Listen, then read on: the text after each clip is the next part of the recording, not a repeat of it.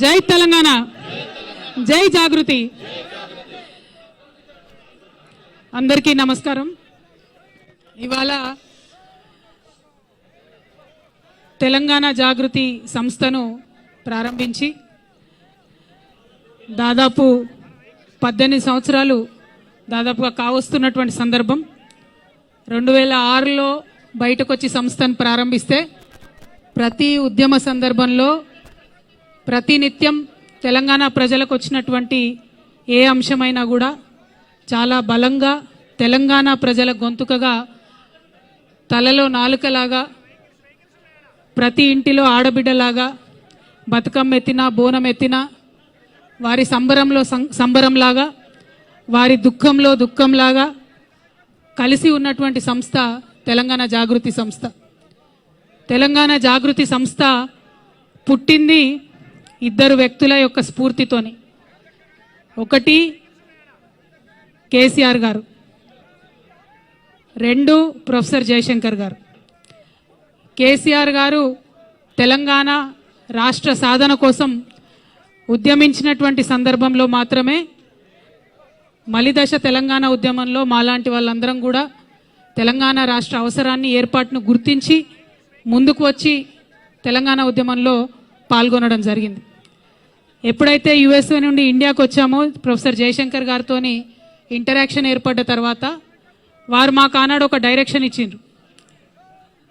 రాజకీయ రంగంలో కేసీఆర్ గారు అద్భుతంగా తెలంగాణ ప్రజలకు కావాల్సినటువంటి అంశాలన్నీ కూడా వివరిస్తూ ఉన్నారు, ముందుకు తీసుకెళ్తూ ఉన్నారు. ఇంకొక పక్క సాంస్కృతికంగా వెనుక పడేయబడ్డటువంటి మన ప్రాంతానికి సంబంధించి మాట్లాడాల్సినటువంటి అంశాలు చాలా ఉన్నాయి. ఒక పక్క రచయితలు మాట్లాడుతున్నారు, ఇంకొక పక్క గాయకులు ధూమ్ధామ్ పేరుతో విజృంభిస్తున్నారు. అయినప్పటికీ there is some gap, there is some space, you should think to fill that space అని ప్రొఫెసర్ జయశంకర్ గారు నాకు ఆనాడు దిశానిర్దేశం చేసినటువంటి సందర్భంలో మరి తెలంగాణ జాగృతి అనేటటువంటి సంస్థ ఊపిరి పోసుకోవడం జరిగింది. తెలంగాణ జాగృతి అని పేరు పెడుతున్నామంటే ఆనాడు చాలామంది మేధావులు అసలు తెలంగాణ పేరు లేకుండా పెట్టండి, తెలంగాణ జాగృతి అనగానే మిమ్మల్ని వెంటనే తొక్కేస్తారని కూడా ఆనాడు అనేక మంది చెప్పిండ్రు. అంత పెద్ద ఎత్తున ఆంధ్ర పాలకుల యొక్క వివక్ష ఉన్నటువంటి సందర్భం అయినా సరే తెలంగాణ జాగృతి పేరు పెట్టుకునే ముందుకెళ్తామని చెప్పి తెలంగాణ జాగృతి పేరు పెట్టి మరి సంస్థని ఇన్ని రోజులు కూడా చాలా అద్భుతంగా నడిపించుకున్నామని చెప్పి నేను భావిస్తూ ఉన్నాను. మరి ఇవాళ ఇన్ని సంవత్సరాల తర్వాత మాకు హైదరాబాద్లో ఎప్పుడు కూడా అశోక్ నగర్లో ఆఫీస్ ఉండేది. ఇవాళ అశోక్ నగర్ నుంచి ఆఫీస్ని మేము బంజారాహిల్స్కి షిఫ్ట్ చేసుకోవడం జరిగింది. ఇక్కడ నుంచి లాంగ్ లీజ్ తీసుకున్నాం మరి ఇక్కడ, కాబట్టి చాలా రోజులు ఇక్కడ మా ఆఫీసు స్థిరంగా మీ అందరి ఆశీర్వాదంతో తెలంగాణ ప్రజల ఆశీర్వాదంతో నిలబడి ఉంటుందని చెప్పి నేను మనస్ఫూర్తిగా భావిస్తూ ఉన్నాను. మరి ఇన్ని సంవత్సరాల ఈ ప్రయాణంలో అనేక మంది కలిసి వచ్చిండ్రు, అనేక మంది ఆశీర్వాదాలు ఇచ్చి పనిచేసిండ్రు, అనేక మంది కలిసి పనిచేసిండ్రు, చాలా మంది అడ్వైజర్స్ ఇచ్చి సలహాలు సూచనలు ఇచ్చి ముందుకు తీసుకెళ్ళిండ్రు. వారందరికీ కూడా మనస్ఫూర్తిగా ఉద్యమాభివందనాలు తెలియజేస్తూ ఉన్నాను. మరి మీ అందరికీ కూడా తెలిసినటువంటి విషయమే, కేసీఆర్ గారు తెలంగాణ రాష్ట్రం సాధించిన తర్వాత, తెలంగాణ రాష్ట్రం ఏర్పడ్డ తర్వాత అద్భుతంగా తెలంగాణ సోయితోని పరిపాలన జరిగింది. మేము తెలంగాణ జాగృతి సాంస్కృతిక రంగంలో ఏ చిన్న కార్యక్రమం అడిగినా, ఏ చిన్న అంశం డిమాండ్ చేసినా మాకు నిమిషాలలో జీవో వచ్చినటువంటి సందర్భం. చాకలి ఐలమ్మ గారిది ఉదాహరణకు అధికారికంగా చేయాలి అంటే ఒకటే సెకండ్లో జీవో వచ్చినటువంటి సందర్భం. మిషన్ భగీరథకు సగరుల ఆరాధ్య దైవమైనటువంటి భగీరథ పేరు పెట్టడం అన్నది మేము అడగకుండానే కేసీఆర్ గారు మాకు ఇచ్చినటువంటి వరం. అట్లా ఏ ఒక్క అంశం తీసుకున్నా సేవాలాల్ మహారాజ్ యొక్క జయంతిని అఫీషియల్గా ప్రభుత్వం నుంచి చేసిన ఏకైక ప్రభుత్వం కేసీఆర్ గారి ప్రభుత్వం భారతదేశంలో. అట్లా ప్రతి ఒక్కరిని కూడా ముందుకు తీసుకెళ్ళి అద్భుతంగా పరిపాలన చేసినటువంటి కేసీఆర్ గారు. అంబేద్కర్ని మనందరం ఆరాధించేటటువంటి అంబేద్కర్ని 125 అడుగుల ఎత్తు నిలబెట్టి దేశంలోనే ఆనాడు అత్యంత పెద్ద విగ్రహంగా అంబేద్కర్ నిలుపుకున్నాం. అట్లా 1, 2 కాదు, ప్రతి ఒక్క అంశంలో కూడా తెలంగాణ సోయితో పరిపాలన జరిగింది. మరి ఇవాళ ఉన్నటువంటి పరిపాలన మనం చూసుకుంటే ఈ 10 సంవత్సరాలకి ఇప్పటికి చాలా తేడా ఉంది.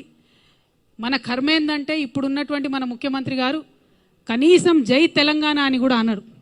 ఇవాళ మా తెలంగాణ జాగృతి ప్రారంభించుకున్న ఇక్కడ కొత్త ఆఫీస్ని స్టేట్ ఆఫీస్ని ప్రారంభించుకున్న సందర్భంగా ఎల్లుండే రాష్ట్ర అవతరణ దినోత్సవం వస్తుంది. నేను రాష్ట్ర ముఖ్యమంత్రి గారిని డిమాండ్ చేస్తూ ఉన్నాను, సీఎం గారు కనీసం ఇప్పటికన్నా మీరు జై తెలంగాణ నినాదం అనండి. ఎల్లుండి రాష్ట్ర అవతరణ దినోత్సవం నాడు కనీసం అమరవీరులకు నివాళులు అర్పించండి అని చెప్పి నేను ముఖ్యమంత్రి గారిని డిమాండ్ చేస్తూ ఉన్నాను.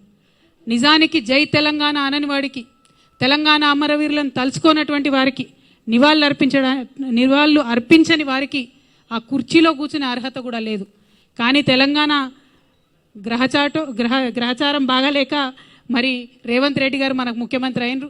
ఏదైతే ఉద్యమకారుల మీద గన్ను తీసుకొని పోయిండో అటువంటి వ్యక్తి అలా ముఖ్యమంత్రి అయినరు. కాబట్టి ఇవాళ మేము డిమాండ్ చేస్తూ ఉన్నాం, ఖచ్చితంగా రాష్ట్ర అవతరణ దినోత్సవం నాడన్నా వారు జై తెలంగాణ అనాలని చెప్పి, అమరవీరులకు నివాళులు అర్పించాలని చెప్పి మేము డిమాండ్ చేస్తూ ఉన్నాం. అదేవిధంగా జూన్ 2వ తారీఖు నాడు మరి కాంగ్రెస్ ప్రభుత్వం ప్రకటించింది, రాజీవ్ యువ వికాసం అనే పేరుతోని పథకం తీసుకొస్తామని పేపర్లలో నేను చదివిన. రాజీవ్ గాంధీకి మాకేం సంబంధం అండి? తెలంగాణ రాష్ట్రానికి రాజీవ్ గాంధీ గారికి ఏం సంబంధం? నేను ముఖ్యమంత్రి గారిని డిమాండ్ చేస్తూ ఉన్నా, తెలంగాణ యువకుల కోసం చేపట్టేటటువంటి పథకానికి మీరు ఖచ్చితంగా తెలంగాణ వాదుల పేరు పెట్టాలి. తెలంగాణ రాష్ట్రం ఏర్పడడం కోసం ప్రాణత్యాగం చేసినటువంటి శ్రీకాంతాచారి పేరు పెట్టండి, యాదిరెడ్డి పేరు పెట్టండి, లేకపోతే మహానుభావుడు కాళోజీ పేరు పెట్టండి, కొండా లక్ష్మణ్ బాపూజీ గారి పేరు పెట్టండి, దొడ్డి కొమరయ్య పేరు పెట్టండి, లేదంటే పివి నరసింహారావు గారు మీ కాంగ్రెస్ పార్టీ నుంచే దేశ ప్రధానిగా ఉన్నటువంటి పివి గారి పేరన్న పెట్టి ఆ కార్యక్రమాన్ని ప్రారంభించాలని మేము డిమాండ్ చేస్తూ ఉన్నాం. తెలంగాణ యువ వికాసం అనే పేరుతోని కార్యక్రమం ఉండాలి, కానీ రాజీవ్ యువ వికాసం అనే పేరుతోని కార్యక్రమం ఉండకూడదని, అది కూడా మీరు అవతరణ దినోత్సవం నాడు ప్రారంభిస్తున్నారు కాబట్టి మేము ఈ డిమాండ్ చేస్తూ ఉన్నాం. అదేవిధంగా తెలంగాణ రాష్ట్ర ఏర్పాటులో ఏమాత్రం భాగస్వామ్యం లేనటువంటి అనేక అంశాలను ముఖ్యమంత్రి గారు ప్రతిపాదిస్తున్నారు, కానీ తెలంగాణ రాష్ట్రం యొక్క నీళ్లు తరలించుకొని పోతూ ఉంటే మాట్లాడలేనటువంటి పరిస్థితి ముఖ్యమంత్రిది ఉన్నది. ఎందుకోసం అంటే అక్కడ చంద్రబాబు నాయుడు గారు నదుల అనుసంధానం పేరుతోని బనకచెర్ల రిజర్వాయర్ కడతా ఉన్నాం, మేము పెద్ద బ్యారేజ్ కట్టుకుంటాం, 200 టీఎంసీ నీళ్లు తీసుకుపోతామంటే కూడా ముఖ్యమంత్రి గారు ఏమీ కూడా అనలేనటువంటి పరిస్థితి ఉన్నది. ఎందుకోసం ఇంత వీక్నెస్ ఉన్నది మీకు? ఎందుకు ఇంత అసక్తత ఉన్నది? ఎందుకు తెలంగాణ ప్రజల కోసం మీరు పనిచేస్తలేరు? పక్క రాష్ట్రం ప్రయోజనాల కోసం మీరు ఎందుకు పనిచేస్తూ ఉన్నారు? ఆనాడు కేసీఆర్ గారు ముఖ్యమంత్రిగా ఉన్నప్పుడు రివర్ లింకింగ్ ప్రాజెక్ట్ ఏదైతే కేంద్ర ప్రభుత్వం ప్రతిపాదించిందో దాన్ని ఖచ్చితంగా తుపాకులగూడెం బ్యారేజ్ దగ్గర నుండి ప్రారంభించాలని కేసీఆర్ గారు ప్రతిపాదించారు.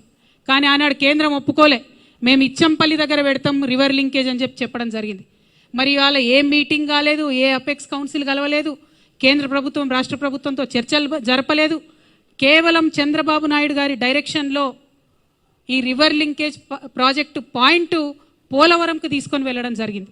పోలవరం నుండి 200 టీఎంసీ గోదావరి నీళ్లను మొత్తం కూడా తీసుకెళ్ళిపోతున్నారు. ఇవాళ గోదావరి కావేరీ లింక్ పేరు మీద చెన్నైకి నీళ్ళు ఇవ్వాలని చెప్పేటటువంటి వంక పేరు మీద గోదావరి నదీ నీళ్లు పర్మనెంట్గా తెలంగాణకు దూరం కాబోతా ఉన్నాయి. మరి అయినా కూడా ముఖ్యమంత్రి గారు మాట్లాడతలేరు. ఇది చాలా దారుణం. ఎల్లుండి జూన్ 2న తెలంగాణ రాష్ట్ర అవతరణ దినోత్సవం నాడు ముఖ్యమంత్రి గారు ఒక స్పష్టమైన ప్రకటన దీని మీద చేయాలి. అపెక్స్ కమిటీ మీటింగ్ ఇమీడియట్గా పిలవాలని చెప్పి డిమాండ్ చేయాలి. మనకేదైతే 200 టీఎంసీలు నీళ్ళు నష్టపోతామో మన నీళ్ళ మీద మనకు వాటా కావాలని చెప్పి ముఖ్యమంత్రి గారు డిమాండ్ చేయాలని నేను కోరుతా ఉన్నాను. కేసీఆర్ గారు కాళేశ్వరం ప్రాజెక్ట్ ఎందుకోసం కట్టిండ్రు? ఈ 200 టీఎంసీల హక్కు మనకు తెలంగాణకు ఉండాలని చెప్పి వారు కట్టిండ్రు. మరి ఇవాళ కేసీఆర్ గారు కాళేశ్వరం కట్టి 4 సంవత్సరాలుగా ప్రతి సంవత్సరం 20 లక్షల ఎకరాలకు నీళ్ళు ఇస్తుంటే మీరు చూసి ఓర్వలేక ఇవాళ కేసీఆర్ గారికి నోటీస్ ఇచ్చిరా? 1 కోటి ఎకరాల మాగాణం తెలంగాణ చేసినందుకు కేసీఆర్ గారికి ఇలా మీరు నోటీసులు ఇచ్చిండ్రా? రైతులకు రైతు బీమా పేరుతోనే ఆదుకున్నందుకు మీరు నోటీసులు ఇచ్చిండ్రా? రైతు బంధు పేరుతో ఆదుకున్నందుకు మీరు నోటీస్ ఇచ్చిండ్రా? కేసీఆర్ కిట్ ఇచ్చినందుకు నోటీస్ ఇచ్చిండ్రా? తెలంగాణ ప్రజలకు మేలు చేసినందుకు నోటీస్ ఇచ్చిరా? ఎందుకోసం నోటీస్ ఇచ్చిండ్రు? అది అసలు కాళేశ్వరం కమిషనా, కాంగ్రెస్ కమిషనా అని ముఖ్యమంత్రి గారు నేను ప్రశ్నిస్తూ ఉన్నాను. ప్రతి తెలంగాణ బిడ్డ కూడా బాధపడతా ఉన్నారు.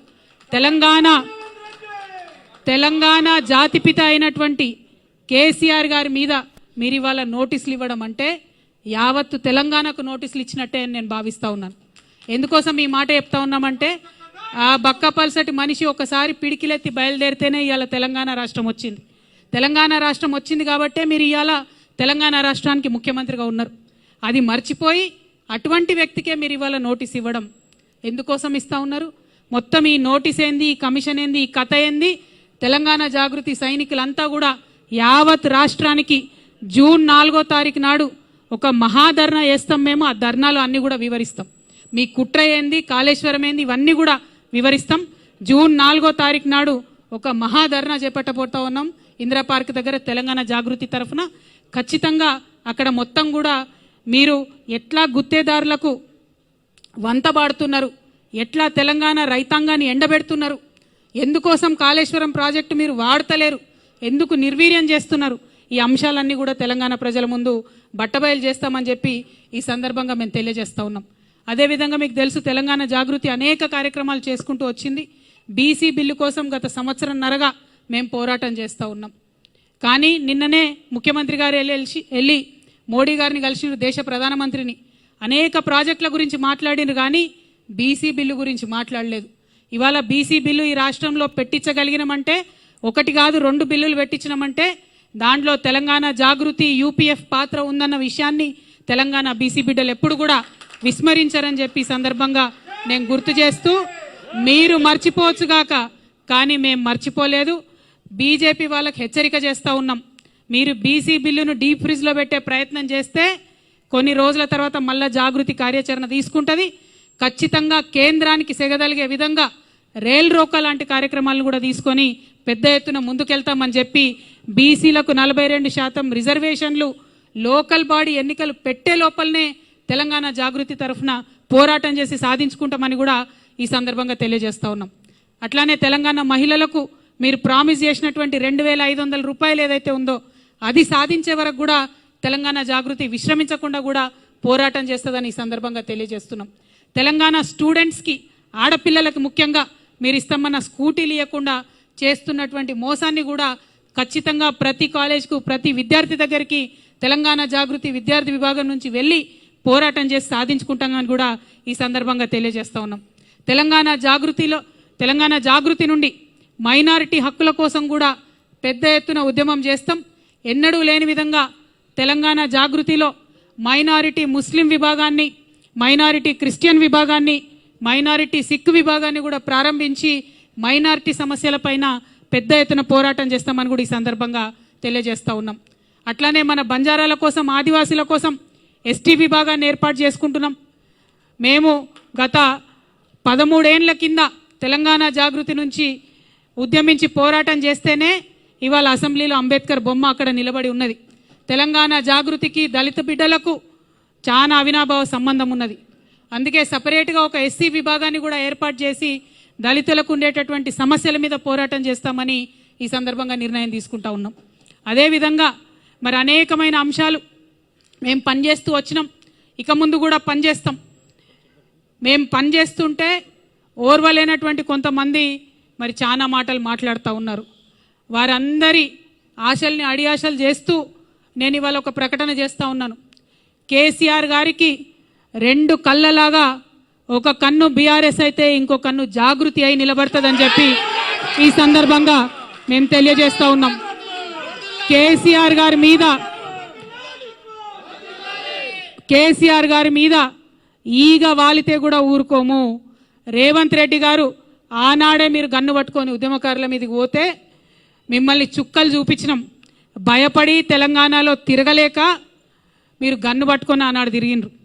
ఇదే బీజేపీ నాయకులు తెలంగాణ రాష్ట్ర సాధనలో వెనక ఉంటే ఆనాడు ఎండల లక్ష్మీనారాయణ లాంటి వాళ్ళు ఒకరో ఇద్దరో ముందుకొచ్చి రాజీనామా చేస్తే ఇదే తెలంగాణ జాగృతి గల్లీ గల్లీ తిరిగి నిజామాబాద్లో తెలంగాణ వాదాన్ని నిలబెట్టుకున్న విషయాన్ని కూడా గుర్తు చేస్తున్నాం. ఇవాళ అంశాలన్నీ మర్చి బీజేపీ వాళ్ళు తెలంగాణ కోసం ఒక్క మాట కూడా మాట్లాడకుండా 8 మంది ఎంపీలను గెలిపించిన నీళ్లు మనవి తరలించకపోతుంటే మాట్లాడకుండా ₹1 నిధులు కూడా కేంద్ర బడ్జెట్ నుంచి మాకు ఇవ్వకుండా మీరు చేస్తూ ఉన్నారు. ఖచ్చితంగా బీజేపీ వాళ్ళు ఒకవేళ బీసీ బిల్లు మీద మీరు ముందడుగేయపోయినా, గోదావరి జలాలలో మన వాటాను కాపాడకపోయినా మళ్ళీ తెలంగాణ జాగృతి పవర్ ఏందో ఖచ్చితంగా చూపిస్తాం అని చెప్పి ఈ సందర్భంగా తెలియజేస్తూ, మరి ఇన్ని రోజులు అనేకమైన అంశాల మీద పోరాటం చేసినటువంటి జాగృతి సంస్థ ఇంకా పెద్ద ఎత్తున విస్తరించుకొని తెలంగాణ ప్రజల దీవెనలతోని ముందుకు వెళ్తామని ఈ సందర్భంగా తెలియజేస్తూ మరి మేము కొత్త ఆఫీస్ ఇక్కడ ఏర్పాటు చేసుకున్న సందర్భంగా తెలంగాణ తల్లులందరి దీవెన కూడా మాకు ఉండాలని చెప్పి తెలంగాణ అన్నదమ్ములందరి యొక్క సహాయ సహకారాలు కూడా మాకు ఉండాలని చెప్పి మనస్ఫూర్తిగా నేను కోరుకుంటూ ఇంత పెద్ద ఎత్తున ఇక్కడికి వచ్చి మా ఆఫీస్ని సందర్శించి మాకు చేయూతనిచ్చినటువంటి మీడియా మిత్రులందరికీ కూడా మనస్ఫూర్తిగా నేను ధన్యవాదాలు తెలియజేస్తూ మరి మా మహాధర్నా యొక్క పోస్టర్ని కూడా ఇప్పుడు రిలీజ్ చేసుకుంటామని ఈ సందర్భంగా తెలియజేస్తున్నాను. Thank you. జై తెలంగాణ, జై జాగృతి, జై కేసీఆర్, జై తెలంగాణ.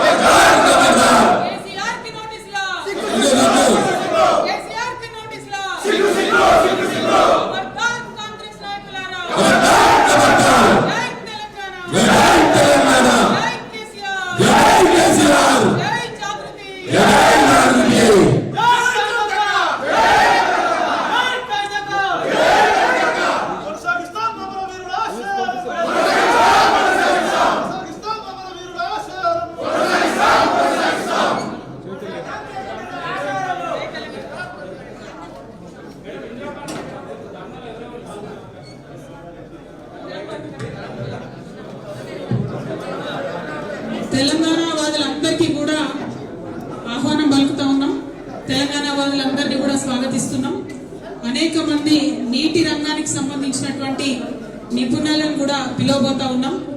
కాళేశ్వరం ప్రాజెక్టు ఎంత గొప్ప ప్రాజెక్టు, కాళేశ్వరం ప్రాజెక్టుని మరి ఆపడం ద్వారా తెలంగాణకు ఎట్లా అన్యాయం జరుగుతూ ఉందనే విషయాలన్నీ కూడా తెలియజేయబోతా ఉన్నాం. Thank you.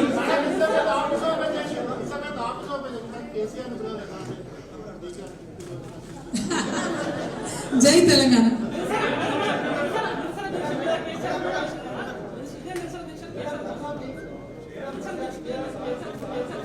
ఎవరు నిరసన దీక్షకు వాళ్ళు వస్తారా? నేను ఒకటి వెరైటీ ఉన్నావు. సార్కి నోటీస్ ఇస్తే సార్ వస్తాడా దీక్షకు? భలే ఉన్నాయని